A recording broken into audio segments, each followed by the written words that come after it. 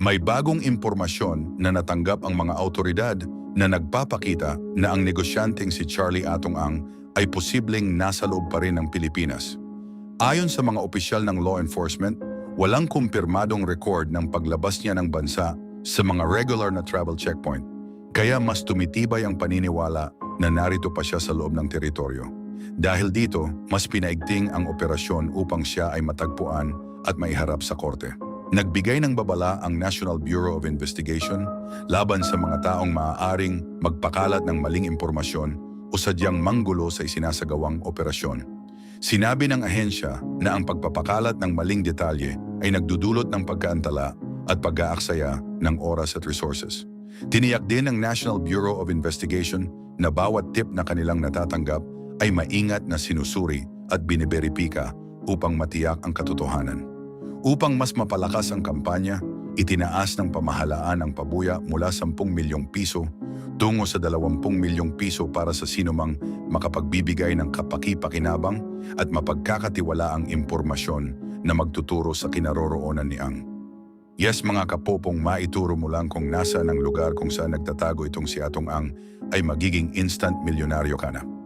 Anyway, ang insentibong ito ay sinuportahan ng Department of the Interior and Local Government, katuwang ang Philippine National Police. Umaasa ang mga opisyal na mas mahihikayat ang publiko na makiisa at magbahagi ng impormasyon sa pamamagitan ng mas mataas na pabuya. Sinabi ni Interior Secretary John Vic Remulla na mahalaga ang kooperasyon ng mamamayan upang mapabilis ang proseso.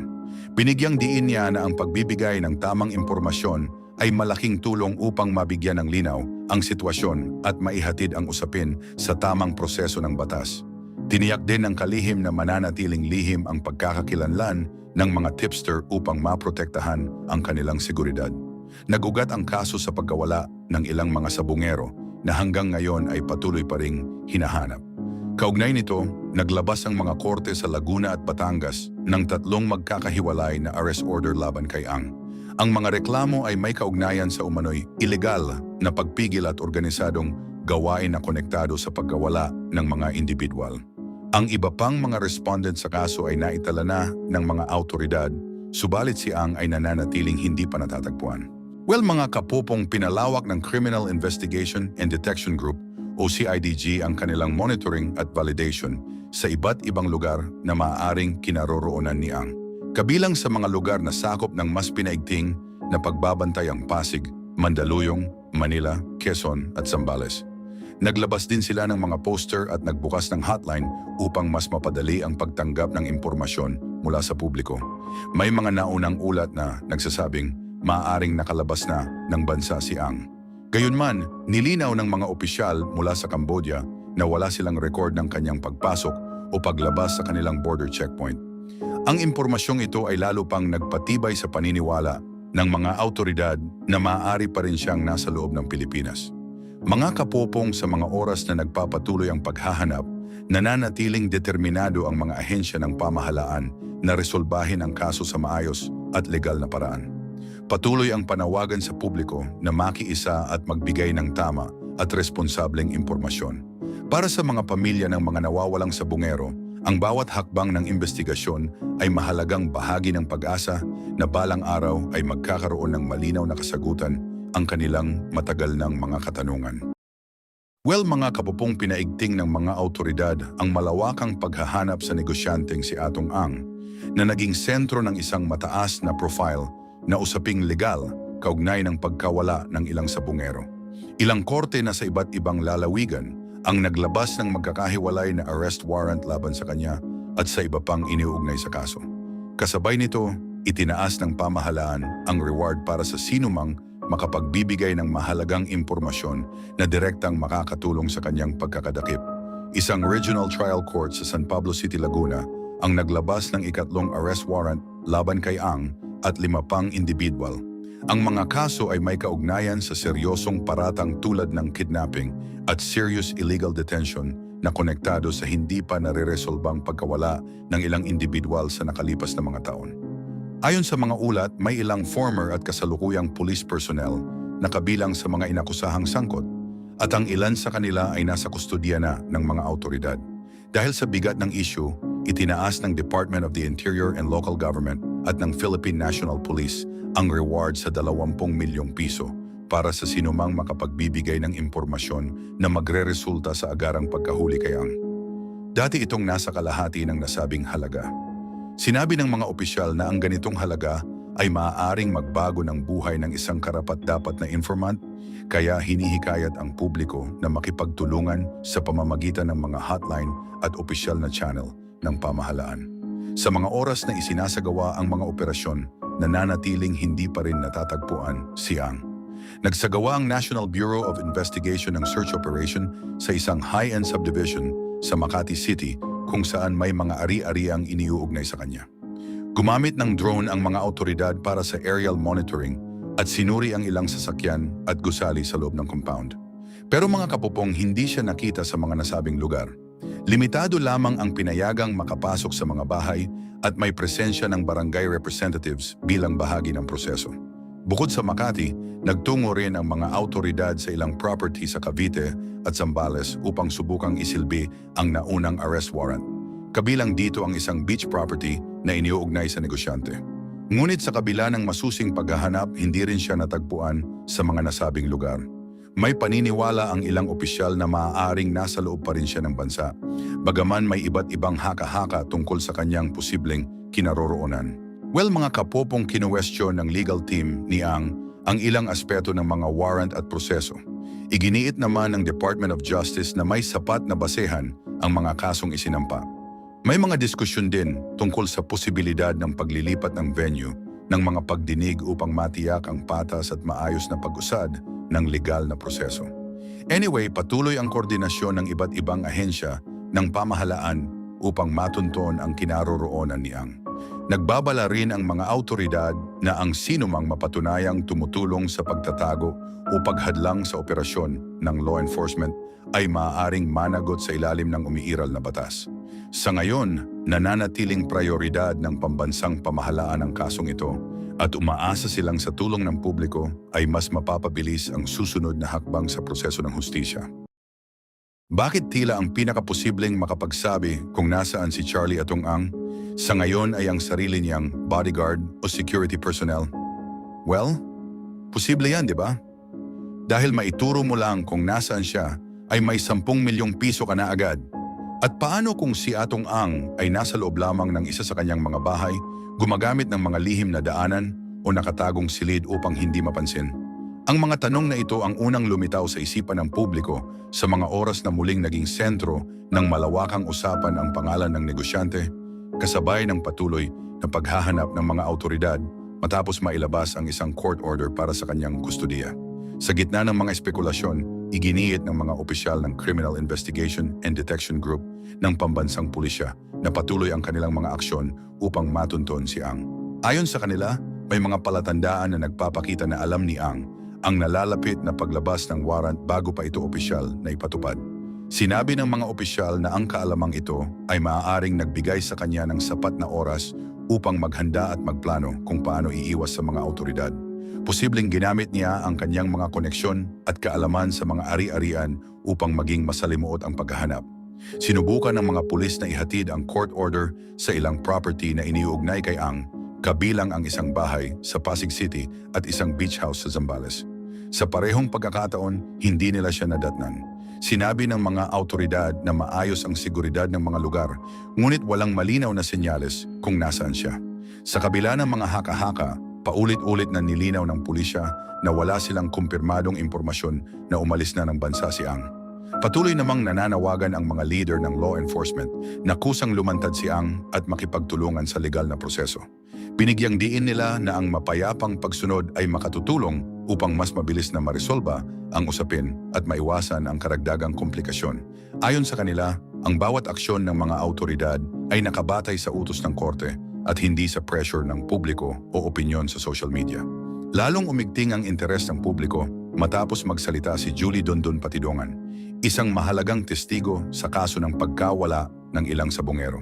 Sinabi ni Patidongan na maaaring may tulong na natatanggap siyang mula sa mga dayuhan, na posibleng dahilan kung bakit nananatili siyang hindi nakikita. Iminungkahi rin niya na maaaring nagtatago si Ang sa mga liblib na lugar o sa loob ng mga pribadong ari-ariang may limitadong access. Gayunpaman, nilinaw ng mga autoridad na ang mga pahayag na ito ay patuloy pang sinusuri at hindi pa ganap na nabeberipika. Well mga kapupong, mariing tinutulan ng legal team niyang ang court order. Ayon sa kanyang mga abogado, hindi ito makatarungan at kanilang kukwestiyonin sa pamamagitan ng lahat ng legal na paraan na pinahihintulutan ng batas. Sinabi rin nila na ang ilang paratang ay nakabatay umano sa mga testimonya na may kinikilingan. Ipinunto ng kampo ni Ang na nananatili ang kanyang paninindigan na wala siyang nilabag na batas. Bilang bahagi ng mga patuloy na aksyon ng pamahalaan, kinumpirma ng mga autoridad na binawi ang mga firearm license na nakapangalan kay Ang. Ilan sa mga baril ay voluntaryong isinuko sa pulisya sa pamamagitan ng kanyang mga abogado. Ipinaliwanag ng mga opisyal na ito ay isang paraan upang mapanatili ang kaayusan at kaligtasan ng publiko sa mga oras na nagpapatuloy ang investigasyon. Nag-anunsyo rin ang Department of the Interior and Local Government ng pabuya para sa sinumang makapagbibigay ng impormasyong makatutulong sa pagtukoy sa kinaroroonan ni Ang. Bagamat may halo-halong reaksyon mula sa publiko, ipinagtanggol ng mga opisyal ang aksyon bilang karaniwang bahagi ng mga ganitong operasyon. Kinumpirma rin ng mga jail authority na handa ang mga pasilidad sakaling kusang lumantad o matagpuan si Ang. Sa mga oras na nagpapatuloy ang paghahanap, patuloy na pinaaalalahanan ng pulisya ang publiko na umasa lamang sa beripikadong impormasyon at iwasan ang pagpapakalat ng hindi kumpirmadong balita. Ayon sa mga investigador, ang kanilang layunin ay pananagutan, tamang proseso at pagbibigay linaw sa isang usaping patuloy na kinukonsidera ng buong bansa. Paano kung sa laki ng yaman ni Atong Ang, nagawa niyang umalis ng bansa gamit ang isang submarine? O paano kung gumamit siya ng private airplane o helicopter para makalabas ng hindi napapansin? Lalong naging usap-usapan ito dahil may mga kwento tungkol kay Chavit Singson, isa ring bilyonaryo na umano'y nagpagawa rin ng sarili niyang maliit na submarine. Kung nagawa ni Chavit yon, may mga nagtatanong kung posible rin bang magawa ito ni Atong Ang dahil pareho silang may kakayahang pinansyal o mga bilyonaryo.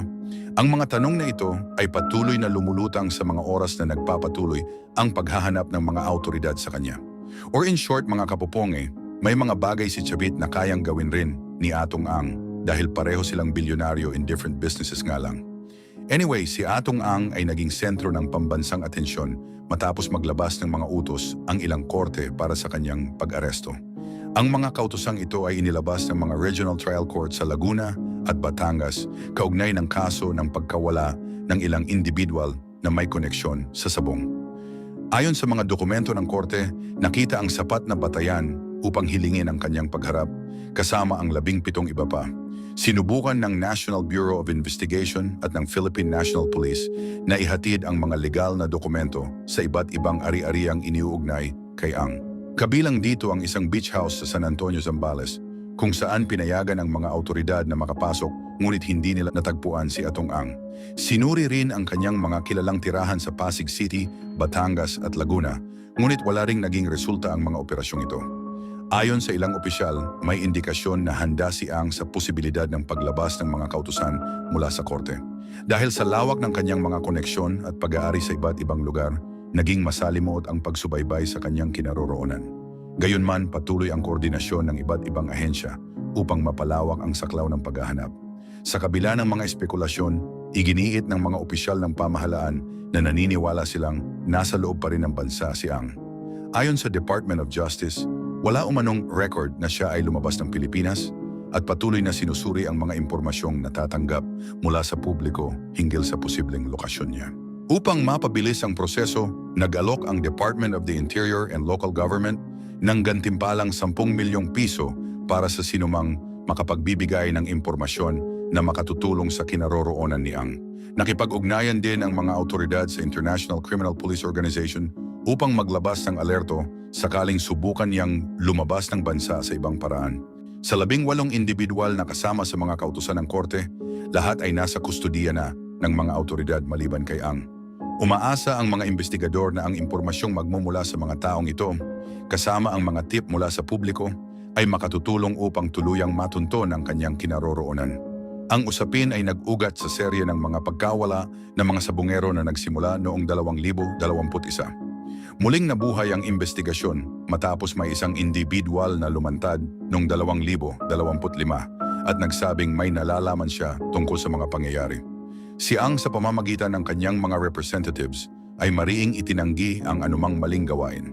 Sa mga oras na nagpapatuloy ang masusing operasyon, nananawagan ang pamahalaan sa publiko na makipagtulungan at magbahagi ng tamang impormasyon. Para sa mga opisyal, mahalagang manaig ang proseso ng batas at maipakita na ang sistema ay gumagana para sa lahat, anuman ang estado sa buhay.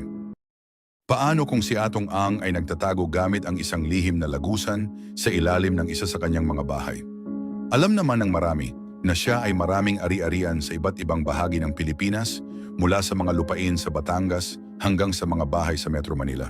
Posible kaya na ang mga lihim na lugar na ito ang dahilan kung bakit hindi pa rin siya natatagpuan?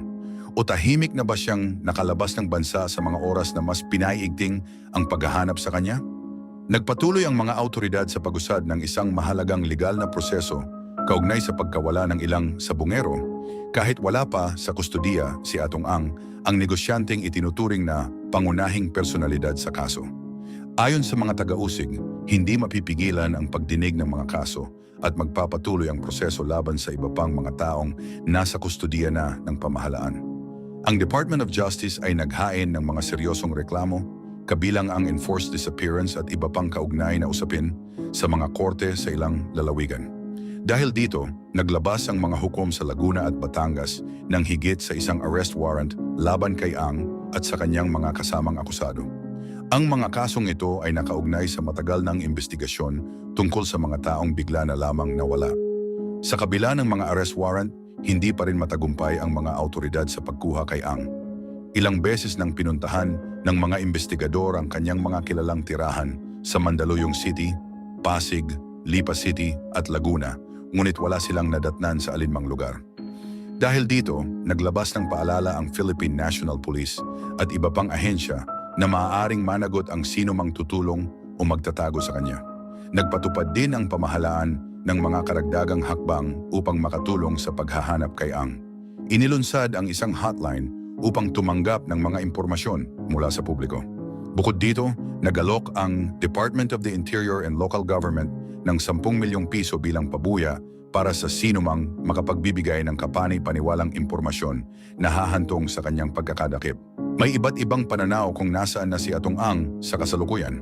Ayon sa isang pangunahing testigo, naniniwala siyang maaaring wala na sa bansa ang negosyante dahil sa lawak ng kanyang koneksyon at kakayahang pinansyal.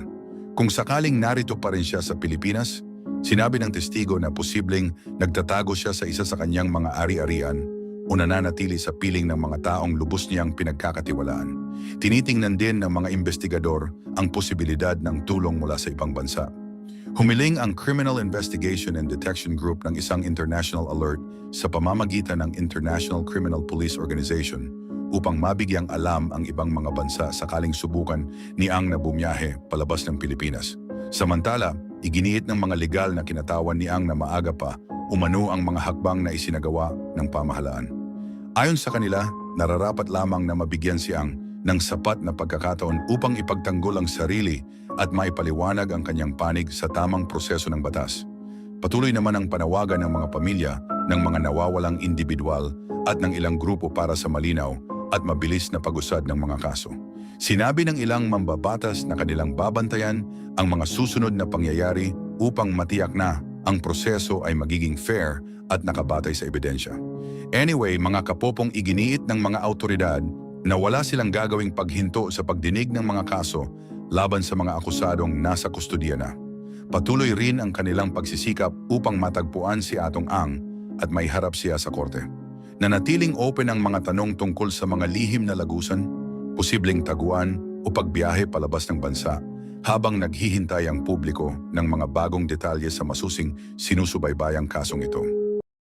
Marami ang nagtatanong, umalis na ba ng bansa si Charlie Atong Ang gamit ang pribadong eroplano o helicopter, isang bagay na kaya niyang gawin dahil sa kanyang yaman? Ayon sa mga awtoridad, mahigpit na minomonitor ang mga paliparan at iba pang exit points upang alamin ang posibilidad na ito. Gayunman, batay sa mga record at patuloy na pagsusuri, wala pang ebidensyang nagpapakitang umalis siya ng Pilipinas. at pinaniniwalaang nasa loob pa rin siya ng bansa sa gitna ng patuloy na paghahanap ng mga tagapagpatupad ng batas. Si Atong Ang ay naging sentro ng isang malawakang manhunt matapos maglabas ng warrant ang isang korte sa Santa Cruz, Laguna laban sa kanya at 17 iba pa kaugnay ng pagkawala ng isang grupo ng mga sabongero. Well, ang mga akusasyon ay may kinalaman sa umano'y sa pilitang pagkuha sa kanila na mga kasong itinuturing na mabigat ng mga autoridad. Sa ngayon, lahat ng 17 akusado maliban kay Ang ay nasa kustudiya na ng mga autoridad. Kabilang sa mga ito ang ilang dating miyembro ng law enforcement at mga sibilyan. Sa kabila nito, nananatiling hindi pa rin nahahanap si Ang kahit pa pinaigting na ang operasyon para maihatid sa kanya ang kautusan ng korte. Sinuyod na ng mga pulis ang ilang ari-ariang iniuugnay sa kanya sa Pasig City, Mandaluyong, Laguna at Batangas, subalit wala pa rin siyang bakas sa mga lugar na ito. Naglabas ng paalala ang Philippine National Police sa publiko, lalo na sa pamilya, kaibigan at mga kakilala sa negosyo ni Ang na huwag magbigay ng kanlungan, tulong o maling impormasyon na maaaring makasagabal sa patuloy na operasyon. Sinabi ng acting PNP chief na ang sinumang mapapatunayang tumutulong kay Atong ay maaaring managot sa ilalim ng batas. Ayon sa mga opisyal, inaasahang maaaring gamitin ni Ang kanyang malawak na koneksyon at pinansyal na kakayahan upang umiwas sa autoridad. Binigyang diin ng PNP na mas mainam umanong gamitin ang mga ito upang ihanda ang sarili para sa isang maayos na pagharap sa proseso ng korte. Nagbabala rin ang mga autoridad laban sa pagpapakalat ng maling impormasyon na maaaring magpabagal o magligaw sa paghahanap. Upang mas mapalakas ang operasyon, pinalawak ng mga tracking at intelligence units ang pagbabantay sa mga backdoor exits sa iba't ibang bahagi ng bansa. Layunin nitong pigilan ang anumang tangkang pag-alis gamit ang hindi opisyal na mga ruta. Nakipag-ugnayan na rin ang mga autoridad sa International Criminal Police Organization sakaling subukang tumawid ng hangganan si Ang nang walang pahintulot. Bilang insentibo sa mga makapagbibigay ng kapani-paniwalang impormasyon, inanunsyo ng Department of the Interior and Local Government ang 10 milyong pisong pabuya para sa mga tip na magre-resulta sa kanyang pagkakadakip. Tiniyak ng pamahalaan na poprotektahan ang pagkakakilanlan ng mga magbibigay ng impormasyon. Sa panig naman ng depensa, iginiit ng legal team ni Ang na may mga isyong legal sa pag-issue ng warrant. Ayon sa kanyang abogado, may mga proseso umanong hindi lubusang nasunod at may mga ebidensyang dapat pang masusing suriin. Plano nilang magbigay ng mga mosyon upang kwestiyonin ang kautusan at gamitin ang lahat ng legal na opsyon na pinahihintulutan ng batas. Sa mga oras na nagpapatuloy ang paghahanap, sinabi ng National Bureau of Investigation na mayroon silang mga lead ukol sa huling posibleng kinaroroonan ni Ang sa loob ng bansa. Ang mga impormasyong ito ay ginagamit sa koordinasyon ng lokal na pulisya upang matiyak na siya ay matagpuan at maiharap sa korte upang sagutin ang mga paratang na iniuugnay sa kanya.